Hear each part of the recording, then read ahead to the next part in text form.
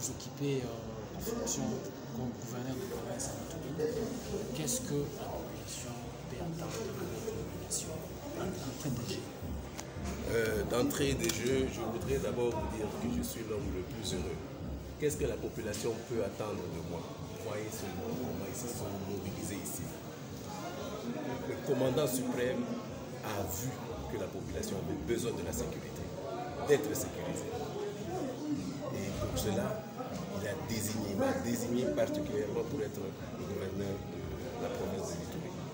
Donc, à la population, je dis d'abord merci pour cette mobilisation, et de deux, ils peuvent attendre de moi cette sécurité qui leur a manqué pendant aussi longtemps. Vous demanderez actuellement à cette population quel est le comportement que cette population doit avoir à cet état de siège qui doit aboutir à la paix. Certainement, il doit avoir un comportement que la population doit adopter.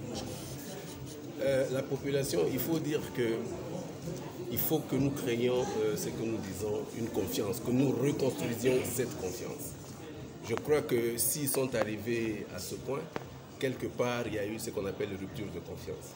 Maintenant, nous allons reconstruire cette confiance. En me voyant, ils comprennent l'intérêt du commandant suprême et que donc je leur demande de collaborer. Ça fait longtemps. Moi, j'étais ici en 2012. Et en 2012, quand je suis arrivé ici, c'était pour aller au FRPI, à Guéti, là-bas. C'était pour le même problème. Et voilà que je reviens ici 9 ans après. Je crois que cette population est fatiguée. Fatiguée. Et ça, il faut que les gens comprennent. Il faut que les gens comprennent que la population est fatiguée.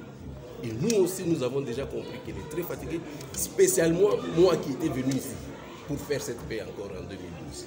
Donc, je leur demande tout simplement la collaboration. Qu'ils ne suivent, que la population ne suive pas la voie de sirène.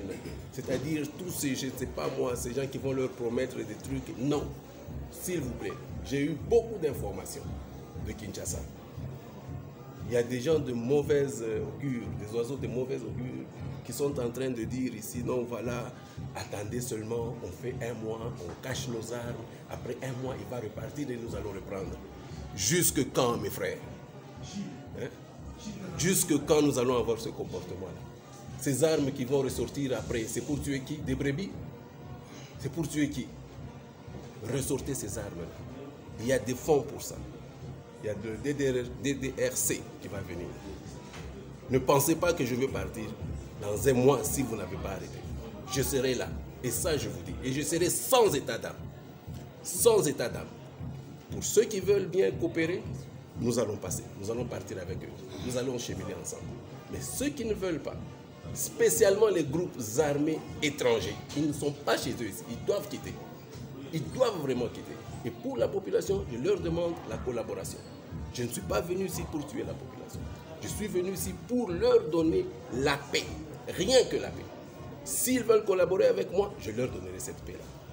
Voilà. Moi, Gérald, quel message vous pouvez passer aux hommes de troupes qui seront les hommes de troupes, je ne sais pas.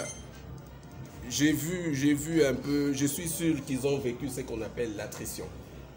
Ils ont été résilients. Ils ont vécu l'attrition, c'est-à-dire comment je peux dire, des scènes très graves. Ils ont vu leurs amis qui ont payé, ils ont payé un lourd tribut. Nous sommes venus ici.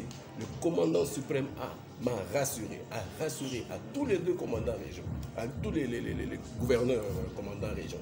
Il leur a rassuré des moyens qui vont venir Iketnouk. Donc, dans les 72 heures, je suis sûr que même nos troupes vont ressentir la différence. Voilà. Merci.